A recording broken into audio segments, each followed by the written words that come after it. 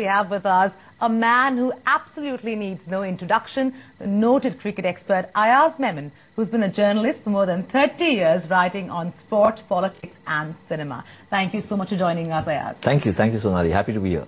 So, you know, as we saw those opening shots, and, you know, while the ceremony was on, we saw the way the entire show was really lambasted on social media, you being one of them.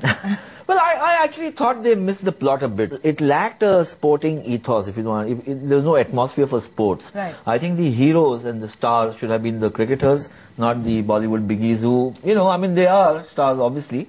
But, and, you know, the venue was kind of a non-cricket venue. Sure. So I think it took away a little bit of the charm of the opening ceremony. Isn't it ironic that, that when IPL 4 took a dip and IPL 5 is currently surrounded by ominous clouds, it's also interesting that it's the same time when Lalit Modi is really out of action. So do you see, is it just strange coincidence, or do you actually see his contribution now that he's been away for 2 seasons and it actually showing on the way the season's panning out?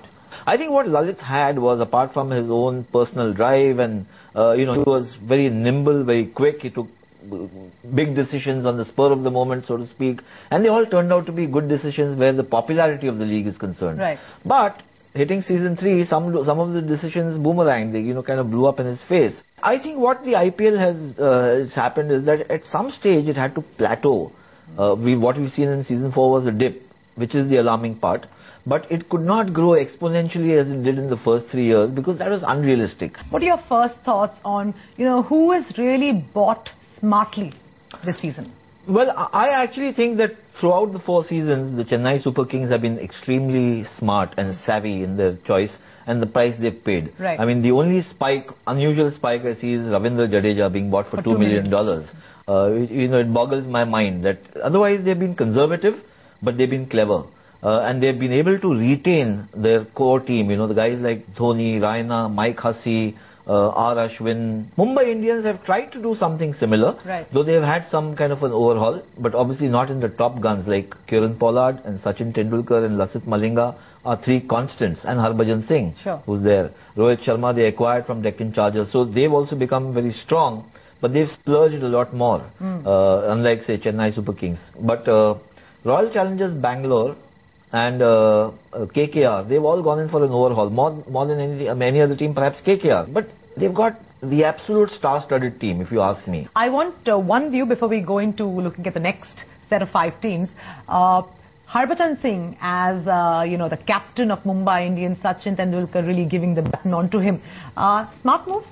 I think very smart move. And I don't think it was, my own take, I don't think it was as sudden as it appeared. Right. It appeared only 2 days before the first match. But I think this was pretty much in the pipeline. Remember, Harbhajan was captain when the Mumbai Indians won the Champions League last year. Sachin was injured. Yeah. And Sachin is not, you know, playing T20 for India.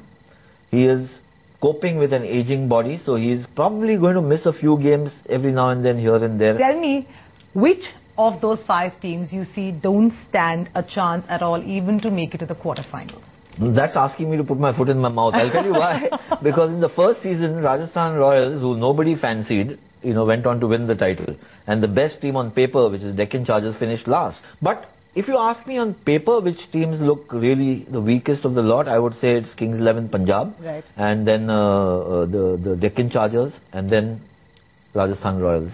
Essentially, you want to talk about 2 teams in terms of sheer team management and how that outfit is run. Rajasthan Royals and Kings 11. Would you say these are classic cases of serious bad management of running a league? One thing I can tell you is that they both had troubled existence. These 2 have been under great scrutiny. Unlike, say, Deccan Chargers, 1 owner, you know, Chennai Super Kings, 1 owner, or Mumbai Indians, predominantly 1 owner. Maybe there's a minor stake somewhere here or there, we don't know. That's a good point. So basically what you're saying is, you know, teams that have 1 owner have a better chance of having a smooth functioning, more focused than having multiple owners. Multiple owners, one guy wants to sell out. It happened with Kochi, the whole franchise collapsed. Thank you so much for all that analysis, Ayaz. Next week is a hot week, many matches. So we'll come back to you with all your analysis and, you know, how season 5 is looking going forward. Thank you so much.